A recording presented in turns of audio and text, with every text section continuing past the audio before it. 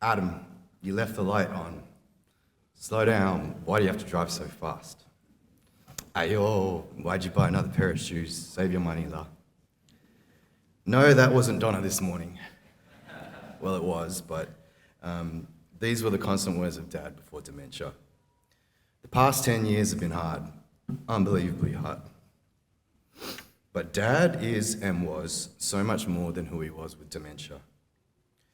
And while his life with dementia is still so fresh in our minds, I'd like to take a bit of time to acknowledge and remember who Keith Westerhout was before his diagnosis.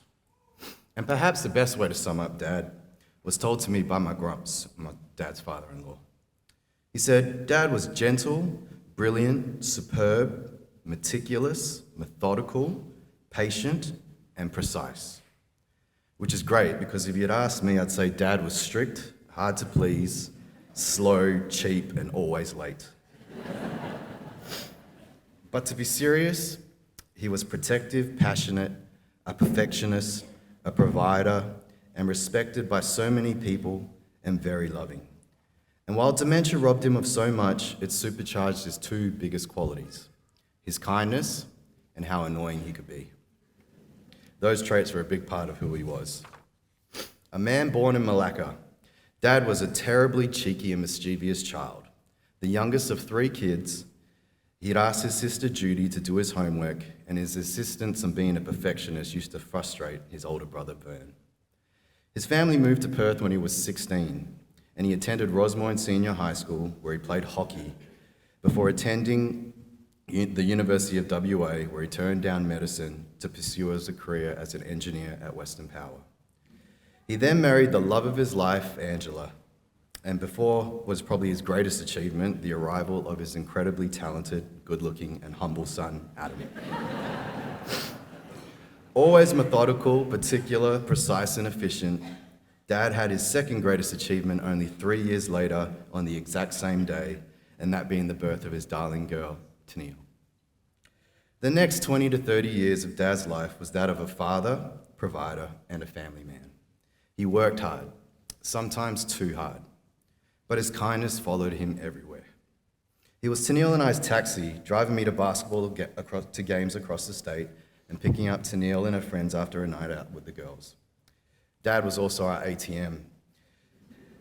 He'd make sure we always had what we needed, but my many requests for what we wanted were like getting blood from a stone, him telling us not to live beyond our means. While a father to us, Dad was a social, athletic, and passionate man to his friends. Before the dancing, Mum and Dad spent most of their time playing badminton, something he was very elite at. I hated going to watch them play, but I do remember people saying, "Oh, you're Keith's son." And the respect and admiration my father received became a big influence in my life. Dad was a gifted sportsman and mastered both soccer and cricket, and even took the time to teach himself how to shoot a basketball as we spent time playing in our front yard on a hoop he and Grumps installed themselves. Dad was a handyman, an adventurer, and a leader. If he wasn't tinkering with electrical wires at someone's house, he was 15 kilometers offshore fishing with my Grumps and uncles.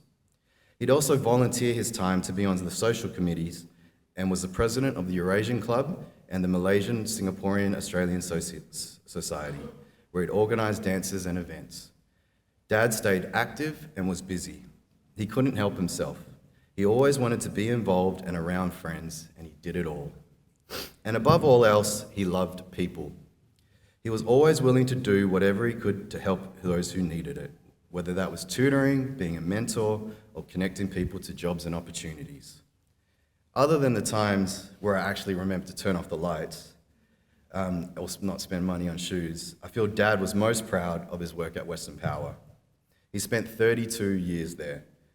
Beginning as a graduate, Dad had a distinguished career becoming a well-respected project manager, from overseeing the wind farm project in Albany to his final project being the Queen Elizabeth II medical substation.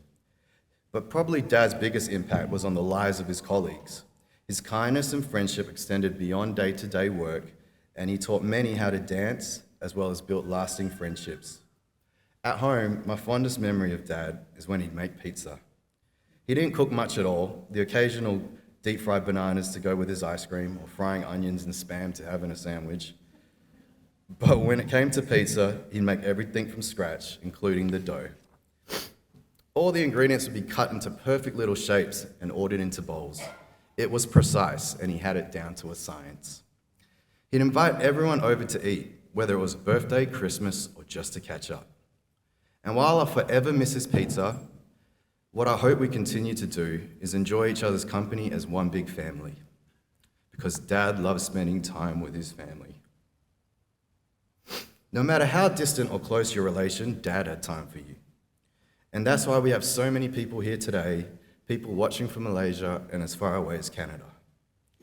In fact, the only thing Dad cared about remembering when he was losing his ability to speak was remembering the words wife, son, daughter, sister, and brother.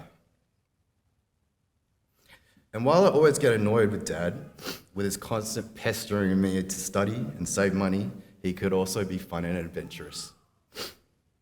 I loved our annual trips to Adventure World, and on Australia Days, he'd lead a convoy of Westerhout cousins on our bikes as we rode from Uncle Vern's house to the fireworks. He also loved going on holiday, as long as it wasn't too expensive. We spent many school holidays travelling around Western Australia, staying in fancy Western Power-owned homes. From Albany to Kalbarri, he loved seeing all the places and all the things, even before dementia. And of course, he loved his cruises, going on 2 a year with Mum every year. His last adventure being in 2014 with Mum and Tennille sailing the Mediterranean for 3 weeks.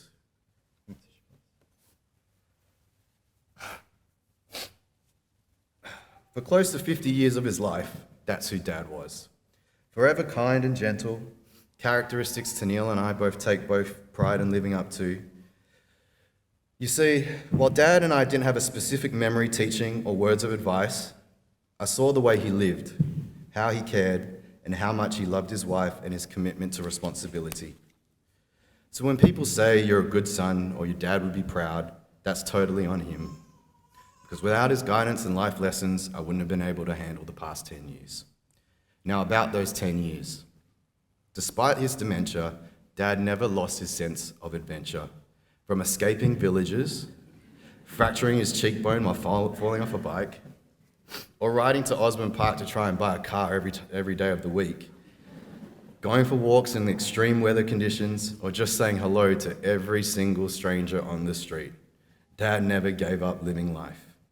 He fought that disease as best he could, using his iPad to take pictures of street signs and navigate Google Maps. It's amazing we never actually lost him. He was just extremely strategic with getting around his dementia, and so clever with his routine that he wouldn't forget a single thing. Methodical in everything, down to the numbers sprays of Duke cologne he did every day, which was 14, and if you interrupted him, he'd start again. And then there was, of course, the hundreds of Sudoku puzzles. We were amazed that he was still doing this deep into his dementia, but then we found out he was just cheating and copying the numbers from the back of the book. Throughout all those adventures, the one constant, besides all the dancing and golf, was his gentle and thoughtful nature, which continued to shine through until the very end, when he literally stopped walking to not step on an ant. Now, this is the hard part of the eulogy, so please bear with me. So many people have gone out of their way to help support Dad, my mum, and our family over the last 10 years. Whether that gesture has been big or small, on behalf of Dad and all his heart, I'd like to say thank you. Dad's death was not sudden. Even in his last days, it was long, unpredictable, and drawn out. You could almost say annoying, and a very Keith way to go. But it was also beautiful and surrounded with family and with love. Like so many of us here today, I spent so much time with Dad over the last decade, but never got to hear what he had to say or how he felt about what was going on. Sure, we knew he wanted to see all the places and all the things, and if he liked something, it was good luck.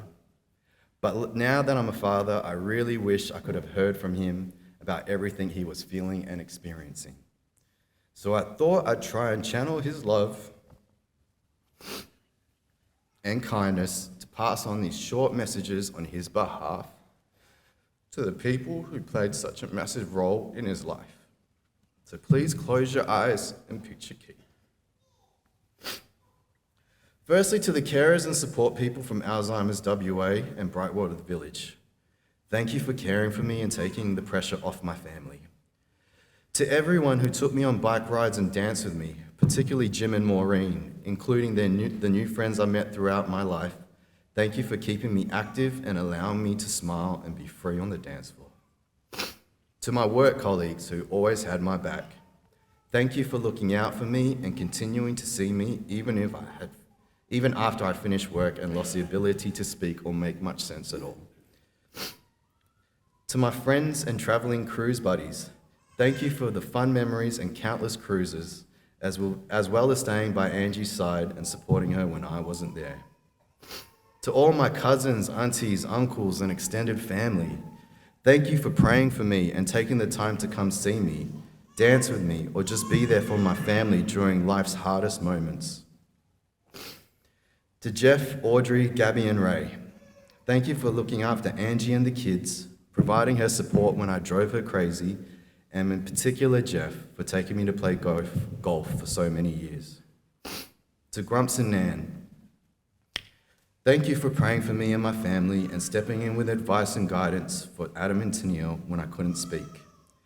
It was an honor to be your son-in-law, and I will treasure all the memories of our fishing trips and your food.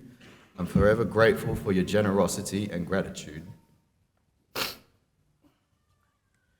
To my brother and sister, Vernon and Lynn, Judy and Mike, as well as Stephen and Fong, and all my nieces and nephews. Thank you for taking care of me, praying for me, looking after my children, supporting my wife, and continuing to honor my memories and legacy. I know your prayers and presence has helped me and my family greatly, particularly during the final stages of my life. I love you all. To Donna, my favorite, please remind Adam to turn the lights off. Thank you for giving me 2 beautiful granddaughters. Please teach them how to dance, La. Ashby, I would be proud to call you my son-in-law. As someone coming from outside this family, you had to take on responsibility well beyond anyone's expectations. Both caring for me at home and being there for Tennille and Angie. I'd also like you to know that I now have my bike and both its wheels attached, so I can go wherever and whenever I want. And to me, Adam, stop driving so fast, wasting electricity and buying shoes. Demi, you made me proud. You don't need to worry anymore.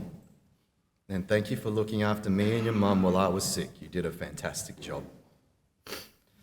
Tennille, my darling girl, so much more than a pretty face.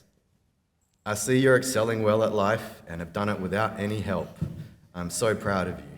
Thanks for having the patience to fix my phone and helping me with all the computer things. That is very good, La. I love you. And finally, to my darling wife, Angela, thank you. No one felt the heartache of this dementia more than you. I'm sorry the dementia made me act and behave in ways you couldn't have possibly understood at the time. It did not mean I stopped loving you. Thank you for looking after me and being there for me in a way only you could manage.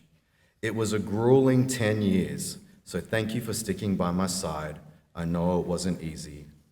You made my life comfortable and peaceful, and I will always love you very much. Thank you, my love. Okay, now it's time to say goodbye to Dad. And it really is a good bye, because Dad is now at peace and dementia-free. His kindness and gentle heart has brought us all together and closer than we could have ever imagined. I never got to say goodbye to the man I remember most, but like so many of us, I got to spend some incredible time with his soul.